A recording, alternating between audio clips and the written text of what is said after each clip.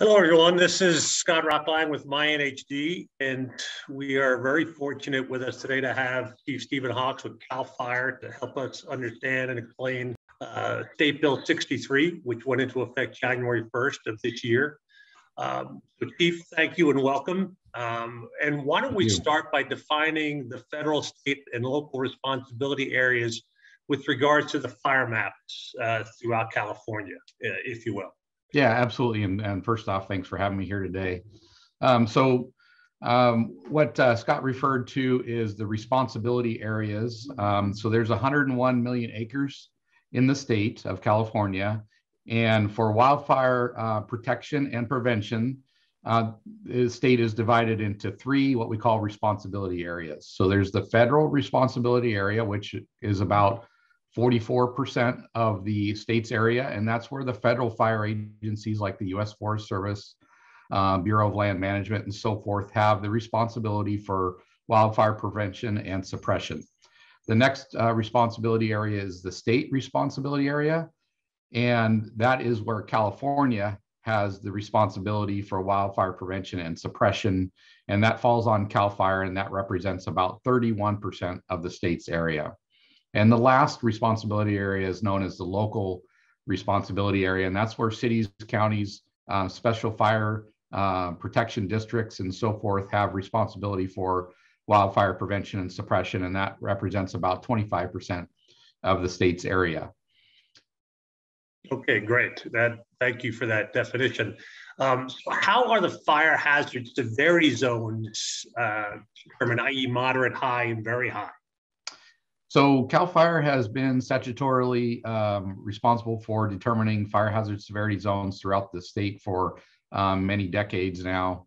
And we used a science-based model that we also field test to determine the different zones. And the model is based on a time horizon of about 30 to 50 years. And it models hazard. So it's important to note that it models hazard, not risk. And hazard is the probability and intensity of the fire that may occur. And risk is the likelihood of damage that may occur from a fire that results. So hazard does not take into account things like fuel reduction projects that occur around a community or defensible space that a homeowner may do or implement on their property. Whereas risk, when you measure risk, it does take into account those items. So for example, if you're looking at the risk of your house, if you have a house that has a wood shake roof with pine needles scattered all over it, you can reduce that risk in a short amount of time by removing those pine needles, and then even going further and replacing that roof, that wood shake roof, with a non-combustible option. But hazard doesn't look at it in the short term. As I mentioned, it looks at hazard over a longer horizon of 30 to 50 years. And so that doesn't change very much over that time frame. Understood. So fair to say that a very high fire severity zone, hazard zone, has significantly more available fuel than a moderate zone. Is that a good way to look at it? Yeah, so there's a number of factors that the model takes into account, fuel being one of them, topography, weather, especially wind being one of the really, the biggest factor that drives wildland fire.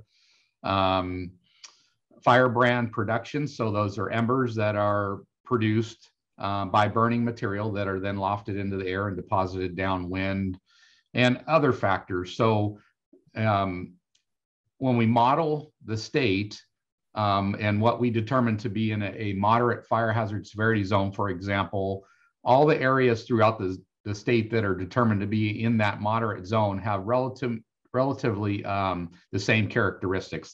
They're not going to be exactly the same, but they're very similar. So the fuel characteristics, the topography, the weather is roughly the same, and that's what puts them in that moderate zone. When you go to the high and the very high, then they have everything that's in that zone.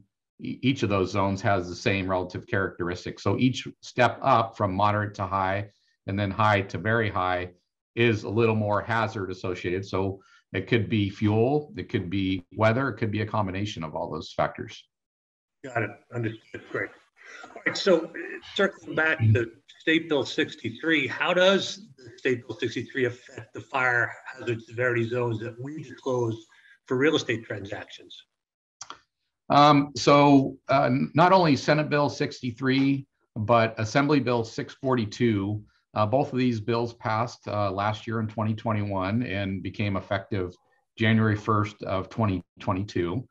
And they had the same component in them to amend Government Code Section 51178.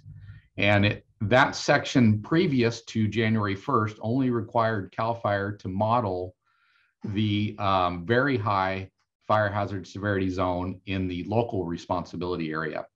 Now, with this change and amendment to Government Code 51178, CAL FIRE is now responsible to model the moderate and high, in addition to the very high fire hazard severity zone in the local responsibility area. So AB 38 passed a couple years ago. It requires homes being sold in the high and very high fire hazard severity zone of either the SRA, the state responsibility area, or the LRA, the local responsibility area, to disclose, the components about the construction features and materials, as well as be in compliance with defensible space standards. So even after we released the new map, AB 38 does not require defensible space inspections in the moderate zone. So once we model the moderate zone in the LRA, that is not going to be applicable to the requirements of AB 38. Understood. So when will the moderate and high fire hazard severity zone maps be available, these new maps be available to the public, i.e. also the NHD industry for use and distribution? Yeah, that's a great question. And many of you may know already that we have last updated those maps around 2007, 2008 timeframe. And over the last couple of years, we have been working on updating our model with the latest in science, updated data on our different fuels throughout the state, weather data in particular, and so forth. And so, as I mentioned, we've been working on that over the last couple of years, and it's proving to be a pretty difficult task to get all this stuff to align for the model to work as we need it to work, and make sure that all the inputs are correct, so that in the back end, once it's ready, the outputs that it produces are correct, and that we correctly model these zones so that the affected jurisdictions will understand what their hazards are associated with their jurisdiction, and can plan accordingly based on that. So we want to ensure that that model is correct.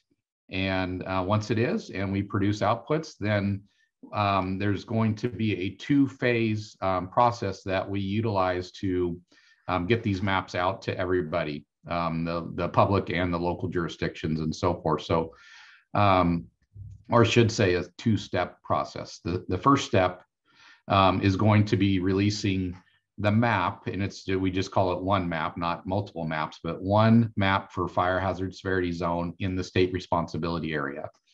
And we have a process that we're supposed to follow that is outlined in the Public Resources Code. And those sections are 4201 to 4204. And so we have to notify each board of supervisors within the affected counties and follow that process. And once that process is complete, then that'll finish off step one, and the state map will be formally adopted for the state responsibility area. Then we'll move into step two. And step two will be releasing all the many maps to all the impacted local jurisdictions throughout the state. So all the cities and counties that will be impacted by the addition of the moderate and high, as well as the existing very high fire hazard severity zones within their jurisdiction. And similar to step one, where we have to follow a process, we also have a process to follow for step two of notifying these local jurisdictions.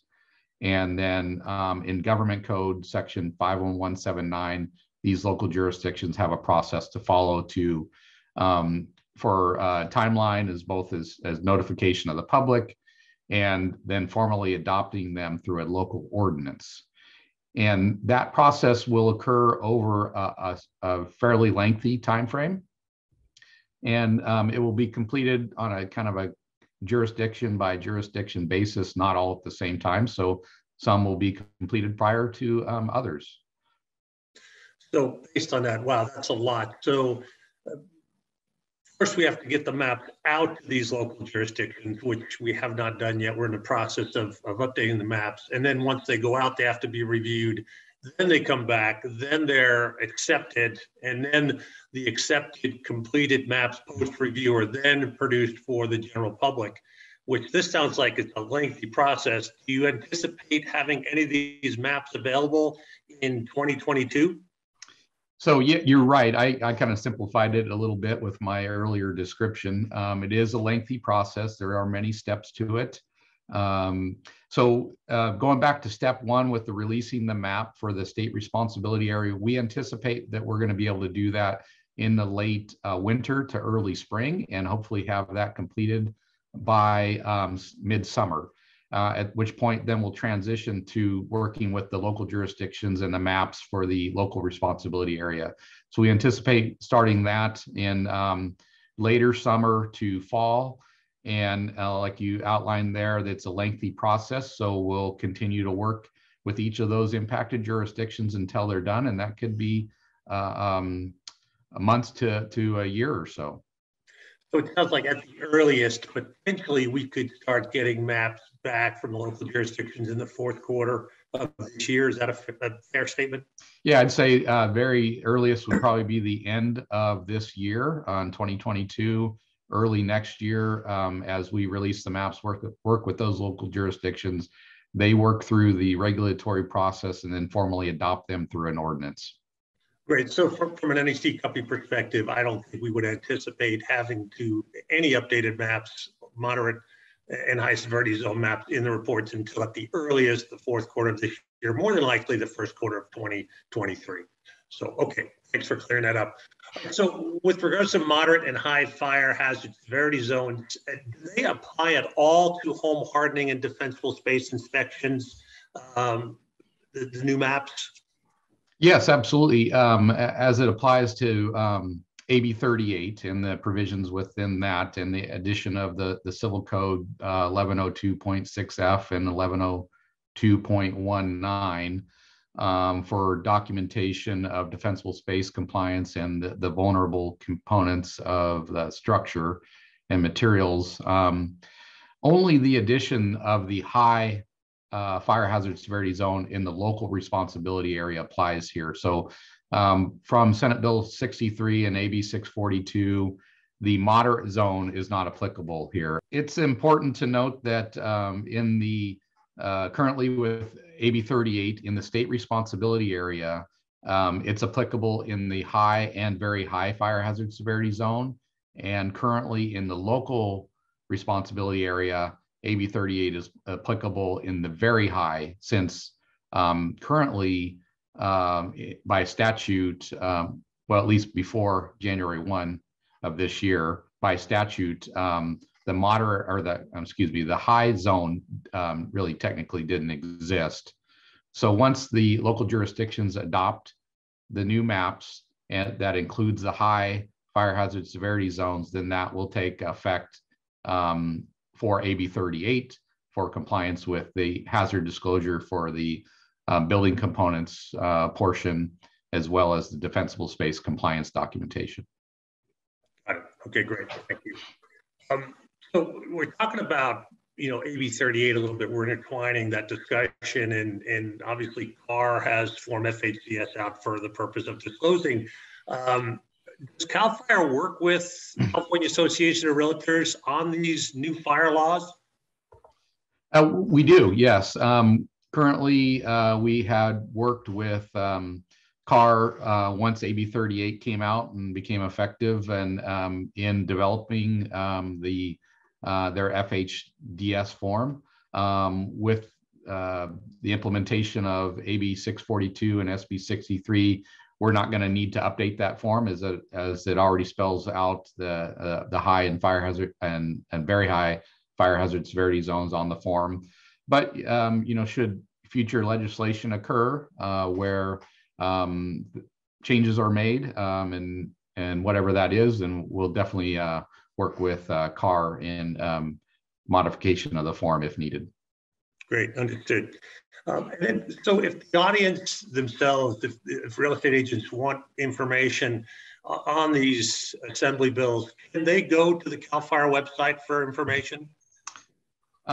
We do have on our CAL FIRE website a page for fire hazard severity zones. So you can go to that page and get a lot of great information about what the model is, what components go into it, and how it operates and so forth. But we don't have currently the information from Senate Bill 63 and AB 642. There is a different website called Ledge Info that you can go to and look for those specific bills and really get the good information right from the bill itself, or look at those particular statutes for that information.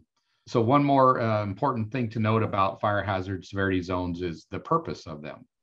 And so the fire hazard severity zones, once they're mapped, they determine where certain requirements apply. So for example, the provisions of AB 38.